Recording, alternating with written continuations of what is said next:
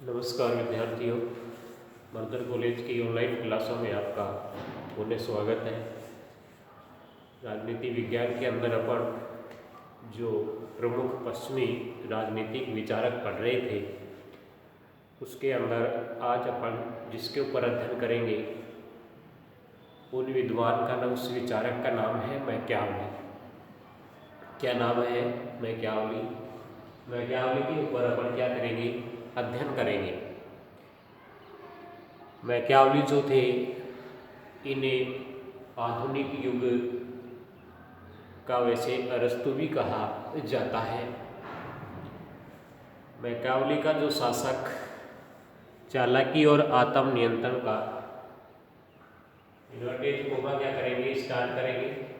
और invertase coma start करने के बाद में एक सैबाइन के द्वारा इनके बारे में एक विचार दिया गया है। उस विचार को अपन लिखेंगे कि मैकियावली का शासक चालाकी और आत्म नियंत्रण का पूर्ण प्रतीक है। मैकियावली का शासक चालाकी और आत्म नियंत्रण का पूर्ण प्रतीक है। वह गुणों और अवगुणों यानी गुण भी और अवगुण भी, गुणों और अवगुणों दोनों का समान रूप से लाभ उठाता है। दोनों का समान रूप से क्या करता है? वह लाभ उठाता है। इस प्रकार से वह 16वीं शताब्दी के इटली के अत्याचारी शासक का आदर्श हित क्या है? एक चित्र है। ये कौन कहते हैं? सेबाइन कहते हैं। इनके बारे में ये एक सेबाइन का विचार अपन लिखेंगे कि मैकियावली जो है वो शासक चालाकी और आत्म नियंत्रण का पूर्ण क्या है? प्रतीक है। वह गुणों और अवगुणों दोनों का समान रूप से क्या लाभ उठाता है और इस प्रकार से वह 16वीं शताब्दी की इटली के अत्याचारी शासक का आदर्श हित चित्र है। ऐसा कौन? सेबाइन कहते हैं।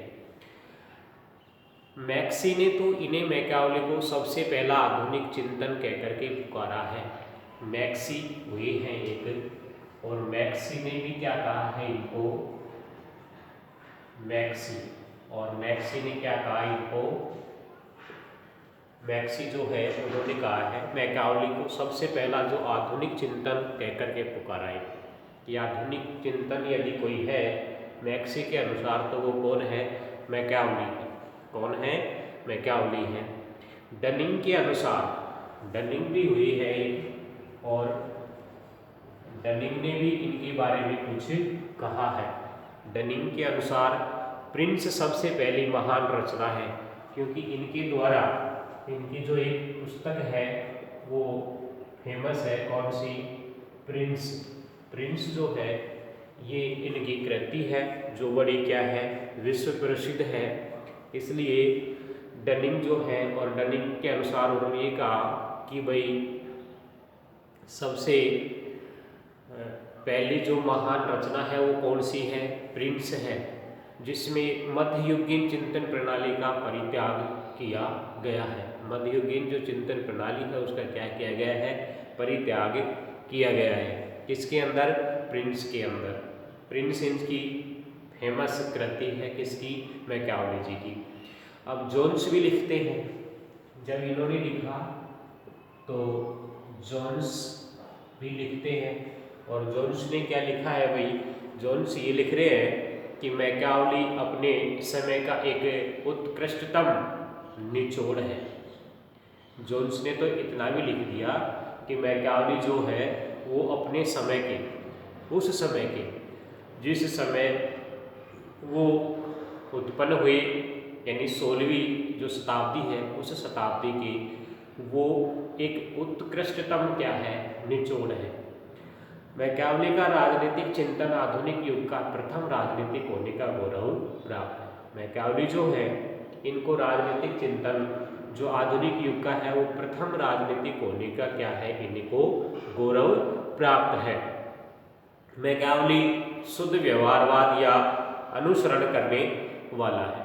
मैकियावली जो है वो शुद्ध व्यवहारवाद का अनुसरण करने वाले क्या है? ये व्यक्ति हैं। प्रथम आधुनिक राजनीतिक विचारक जिसने प्रभुता संपन्न धर्मनिरपेक्ष राष्ट्र की क्या की है? कल्पना की है। ऐसे प्रथम आधुनिक राजनीतिक विचारक कहे जाते हैं। कौन? मैकावली, कि जिन्होंने क्या किया? प्रभुता संपन्न धर्मनिरपेक्ष राष्ट्र की क्या की कल्पना की थी। गेटल के शब्दों में, और गेटल ने भी फिर इनके बारे में कहा है, गेटल के शब्दों में, और गेटल ने क्या कहा है कि वह प्रथम आधुनिक यथार्थवादी था। कौन? मैकावली। मैकावली के बारे में गेटल ने ऐसा कहा है कि मैकावली प्रथम आधुनिक यथार्थवादी था, जिन्होंने बताया कि राज्य को स्वयं के लिए जीवित रहना चाहिए, राज्य को स्वयं के लिए जीवित रहना चाहिए तथा उसको अपने संरक्षण तथा हित संवर्धन का उद्देश्य रखना चाहिए। ऐसा किसने कहा? गेटल ने कहा। गेटल ने क्या कहा भाई? गेटल ने ये कहा कि मैकावली प्रथम आधुनिक यथार्थवादी थे। मैकावली क्या थे? प्रथम आधुनिक यथार्थवादी थे, जिन्होंने बताया, क्या बताया? कि राज्य को स्वयं के लिए जीवित रहना चाहिए तथा उसको अपने संरक्षण तथा हित संवर्धन का उद्देश्य रखना चाहिए। ये किसने? ये गेटल ने कहा। अब अपन मैकावली का कुछ जीवन परिचय लिखेंगे कि मैकावली का जीवन परिचय थोड़ा सा अपन उसके बारे में जानकारी हासिल करेंगे।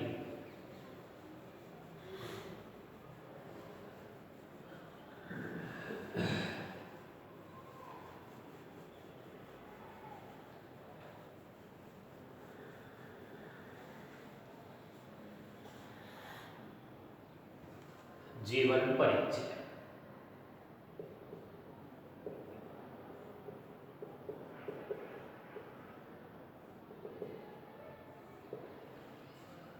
मैकावली के बारे में अपन ये जो इतनी बातें हासिल की, जानकारी हासिल की जिनकी, अब थोड़ा सा अपन उनका जीवन परिचय के बारे में भी जानकारी हासिल करेंगे कि मैकावली का जन्म, इनका जो जन्म है ना भाई,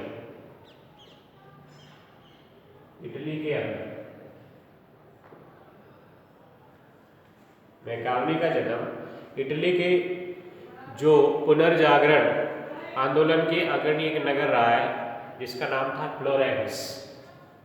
क्या नाम था उसका? फ्लोरेंस। क्या नाम था? फ्लोरेंस के एक सामान्य परिवार में हुआ। और कब हुआ? 1469 के अंदर। कब हुआ? 1469 ईस्वी में। 1469 ईस्वी में इटली के पुनर्जागरण का एक प्रसिद्ध शहर है जिसका नाम है फ्लोरेंस। और फ्लोरेंस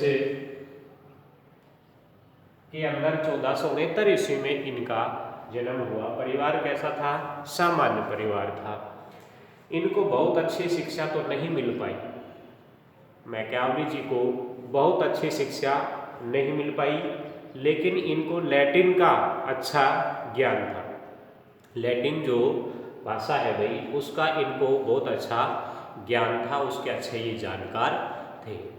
अपनी योग्यता और चतुराई तथा बुद्धिमत्ता के कारण ये गृह और विदेश विभाग में कलरक बन गए। इनकी जो योग्यता थी, इनकी जो चतुराई थी और इनकी जो बुद्धिमत्ता थी, उसके कारण ये इनके इटली के अंदर, फ्लोरेंस के अंदर जो शासक थे, उन शासक के यहाँ और क्या बन गए ये, वहाँ गृह और विदेश विभाग में क्या बन गए ये, कलरक बन गए। और कलरक बनने के बाद में इन्होंने जो प्रमोशन लिया वहाँ उस विभाग में, तो ये द्वितीय सचिव के पद पर पहुँच गए। सचिव, सेक्रेटरी जो होता है, जैसे अपन मुख्यमंत्री के बाद में सारे जो मतलब बागडोर होती है सचिव के हाथ में होती है, तो उसी प्रकार से ये द्वितीय सचिव के पद तक पहुँच गए। और विदेश दूत भी बने ये, विदेश के अंदर इनको दूत भी नियुक्त किया गया। किस कारण से? चतुराई के कारण, बुद्धिमत्ता के कारण, ज्ञान के कारण, योग्यता के कारण। और ये मौका इनको 23 बार प्राप्त हुआ। कितनी बार? 23 बार। 23 बार क्या बने ये? विदेशी दूत। विदेशी दूत बने, राजदूत भी कहा जाता है। जो विदेशों के अंदर दूत होते हैं उन्हें राजदूत भी कहा जाता है। तो ये मौका इनको कितनी बार मिला? 23 बार मिला। कितनी बार मिला भाई? 23 बार इनको ये मौका प्राप्त हुआ। 1502 के अंदर क्या हुआ? 1502 में, 1502 ईस्वी के अंदर, 1502 ईस्वी में अत्याचारों के विरुद्ध इटली की शासन करने वाले ड्यूक सीजर बेर्जिया से इन्होंने क्या किया? संपर्क किया और उसे अपना क्या बना लिया? आदर्श बना लिया इन्होंने। इटली के जो शासक थे वो अत्याचार कर रहे थे, तो 1502 में क्या हुआ कि अत्याचारों से दुखी होकर के और फिर एक ड्यूक सीजर बेर्जिया थे, उनके संपर्क में आए। जैसे हमारे यहाँ राजा राम मोहन राय, स्वामी दयानंद सरस्वती, विवेकानंद जैसे अच्छे विद्वान हुए हैं, जिन्होंने हर आडंबर को दूर करने का क्या किया? प्रयास किया। अत्याचारों के विरुद्ध उन्होंने आवाज़ें उठाई। तो इसी प्रकार से वहाँ भी एक कौन थे? ड्यूक सीजर बेर्जिया थे। तो उनकी ये संपर्क में आए और संपर्क में आने के बाद में उन्हें अपना क्या बना लिया? आदर्श बना लिया। और आदर्श बनाने के बाद में फिर उनके विचारों पर ही ये चलने लगे। तो महान रचना, इनकी एक महान रचना है कौन सी? The prince. द प्रिंस, इसे द प्रिंस भी बोलते, द प्रिंस की इनकी एक महान रचना है कौन सी? द प्रिंस के नाम से ये नायक के रूप में चित्रित किया गया। नायक के रूप में क्या किया गया? उसमें चित्रित किया गया। और 1512 में जब इन्होंने अपने विचार लिखे इसके अंदर और इटली के शासकों के बारे में जैसे इन्होंने बताया, जनता को जागृत करने का कार्य किया, तो फिर क्या हुआ कि 1512 के अंदर, 1512 ईस्वी में इनको देश निकाला घोषित कर दिया जाता है। 1512 में क्या हुआ? इनको देश निकाला घोषित कर दिया गया और भाई जेल के अंदर डाल दिया गया। किस में डाल दिया? इनको जेल के अंदर डाल दिया गया। मैकावली जब जेल के अंदर डल गए तो भाई इनके जो मित्र थे उन मित्रों ने इनको छुड़ाने के लिए कुछ प्रयास किए, तो उनके सहयोग से जेल से इनको छुटकारा मिल गया। और ये कहा गया कि किसी भी सार्वजनिक जीवन में कोई भाग नहीं लेगा। मैकावली जो है कोई भी सार्वजनिक जीवन है उसमें कोई भी हिस्सा नहीं लेगा, कोई भी भाग नहीं लेगा। तो 15 वर्षों तक ये कैसियानो नामक गांव में, क्या नाम है? कैसियानो। उस गांव का क्या नाम है भाई? कैसियानो। कैसियानो नामक गांव के अंदर 15 वर्षों तक इन्होंने समाज सेवा और लेखन कार्य किया। वहाँ समाज सेवा का कार्य किया और साथ में क्या किया? इन्होंने लेखन कार्य भी किया। अब लेखन कार्य जब किया, लेखन व्यक्ति जब लेख लिखता है तो वो लेख ही क्या है? आगे जाकर के छपते हैं और उन लेखों को पढ़ने से ही लोगों में एक जागृति उत्पन्न होती है। 1527 में फिर क्या हुआ कि भाई 1527 ईस्वी में ये कितने वर्ष के हो गए? 58 वर्ष के, क्योंकि 69 में पैदा हुए थे। तो 31 और 27 कितने हो गए? 58 वर्ष। तो 58 वर्ष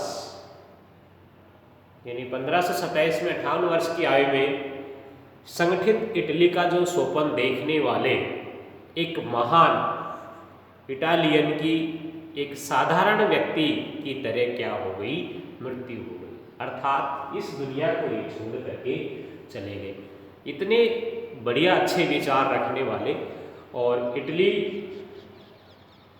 को संगठित देखना चाहते थे ये, और ये ऐसा स्वप्न देखने वाले एक महान व्यक्ति, तो और क्या हुआ कि साधारण से व्यक्ति की तरह इनकी क्या हो गई? मृत्यु हो गई। इस दुनिया से क्या हो गए? ये अलविदा हो गए। तो ये इनका क्या था? कुछ जीवन परिचय था कि भाई जन्म कहाँ? इटली के अंदर एक फ्लोरेंस जगह है, वहाँ 1473 ईस्वी में इनका जन्म होता है। एक सामान्य परिवार था शिक्षा इतनी अच्छी तो इनको नहीं मिल पाई, बट लेकिन ये लैटिन भाषा के अच्छे क्या हुए, जानकार हुए, और ज्ञान के कारण, चतुराई के कारण, बुद्धिमत्ता के कारण ये एक कलरक बन जाते हैं, और कलरक बनने के बाद में फिर लेख वगैरह लिखते हैं ये, और फिर राजदूत वगैरह भी नियुक्त हो जाते हैं, और 23 बार मतलब विदेशी दूत बनने का मौका इनको हासिल होता है। 1502 ईस्वी में इनकी मुलाकात होती है, और मुलाकात होने के बाद में किनसे, जो ड्यूक सीजर बेर्जिया थे उनसे इनकी मुलाकात हुई, उनको अपना आदर्श बनाया, और फिर इन्होंने एक कृति भी लिखी महान कौन सी द प्रिंस, उसमें लेख लिखे, लेख लिखने के कारण अत्याचारों के विरुद्ध जो लिखा, उन शासकों के विरुद्ध में लिखा, तो इनको देश निकाला घोषित कर दिया जाता है, और देश निकाला घोषित करने के बाद मित्रों के सहयोग से इसे छुड़ा लिया जाता है, लेकिन फिर 15 वर्षों तक कैसियानो नामक गांव के अंदर ये समाज सेवा करते हैं और अपनी लेखन कार्य के अंदर व्यस्त रहते हैं, और फिर 1527 ईस्वी के अंदर ये 58 वर्ष की आयु में इनकी क्या हो जाती है, मृत्यु हो जाती है। अब मैकियावेली की कुछ रचनाएं हैं, अपन वो रचना देखेंगे, लिखेंगे।